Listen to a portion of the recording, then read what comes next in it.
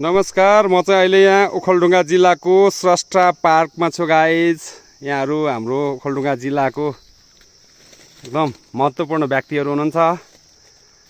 यहाँहरूको शालिक यहाँनिर स्रष्टा पार्क हो यो। यहाँ चाहिँ टावर छ गाइजहरू। यहाँ ओखलढुङ्गा जिल्लाको स्रष्टा पार्कदेखि हुलाक डाँडासम्मको पुल बन्दैछ गाइजहरू, हेर्न सक्नुहुन्छ। यहाँनिर पछि कम्प्लिट भएपछि राम्रोसँग देखिन सकिन्छ। र ओखलढुङ्गा जिल्ला घुम्न आउनुभयो भने यहाँहरूले स्रष्टा पार्कलाई पनि नभुल्नु होला। यहाँबाट चाहिँ राम्रो खालको भ्यूज देखिँदो रहेछ है गाइजहरू, हेर्न सक्नुहुन्छ। कतिले ठाउँको नाउँ चिन्नुहुन्छ होला। हेर्नुहोस्, यहाँ चाहिँ स्तूपा पनि रहेको छ है गाइजहरू।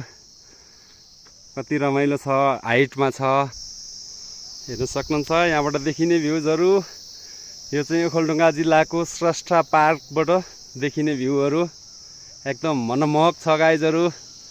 ओ माई गॉड।